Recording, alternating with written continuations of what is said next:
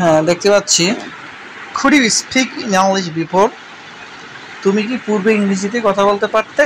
উত্তর, No, I could not speak in English before. না, আমি পূর্বে ইংরেজিতে কথা বলতে পারতাম না। আপনারা কি বাক্য দিয়ে অনেক কিছু বানাতে পারতেন।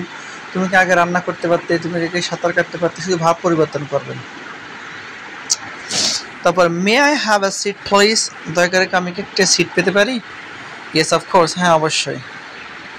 তারপরে may have a cup of tea, may have a cup of tea, দয়া করে কি আমি কি এক কাপ চা পেতে পারি?